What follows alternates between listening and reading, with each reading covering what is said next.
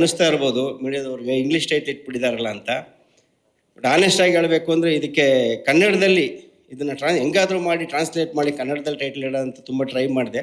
But ಯಾವುದೋ ಅಷ್ಟೊಂದು impactful ಅಂತ ಅನ್ನಿಸ್ಲಿಲ್ಲ. ಆಮೇಲೆ ಕೆಲವೊಂದು ಆಲ್ರೆಡಿ ಬಂದ್ಬಿಟ್ಟಿದೆ ಕನ್ನಡದಲ್ಲಿ. ಇದನ್ನು ಇದೇ ಥರ ಟೈಟ್ಲ್ ಇಡ್ತೀವಿ ಅಂದರೆ ತರಲೆ ನನ್ನ ಮಗ, ಪೊರ್ಕಿ, ಪೋಲಿ, ದಾರಿ ತಪ್ಪಿದ ಮಗ, ಕೇಡಿ ಎಲ್ಲ ಟೈಟ್ಲು ಆಲ್ರೆಡಿ ಇಟ್ಬಿಟ್ಟಿದ್ದಾರೆ ಕನ್ನಡದಲ್ಲಿ ಏನು ಇಡಬೇಕು ಈ ಪದಕ್ಕೆ.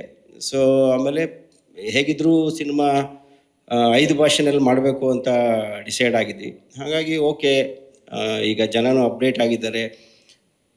ಟೈಟಲ್ ಯಾವ ಲ್ಯಾಂಗ್ವೇಜಲ್ಲಿ ಇದೆ ಅನ್ನೋದು ಮುಖ್ಯ ಅಲ್ಲ, ಸಿನಿಮಾ ಚೆನ್ನಾಗಿರೋದು ಮುಖ್ಯ ಅನ್ನೋದು ಇವತ್ತು ಎಲ್ರಿಗೂ ಗೊತ್ತಾಗಿದೆ, ಪ್ರೇಕ್ಷಕರಿಗೂ ಕೂಡ, ಮತ್ತು ಅದನ್ನು ಅಕ್ಸೆಪ್ಟ್ ಮಾಡ್ತಾ ಇದ್ದಾರೆ ಕೂಡ.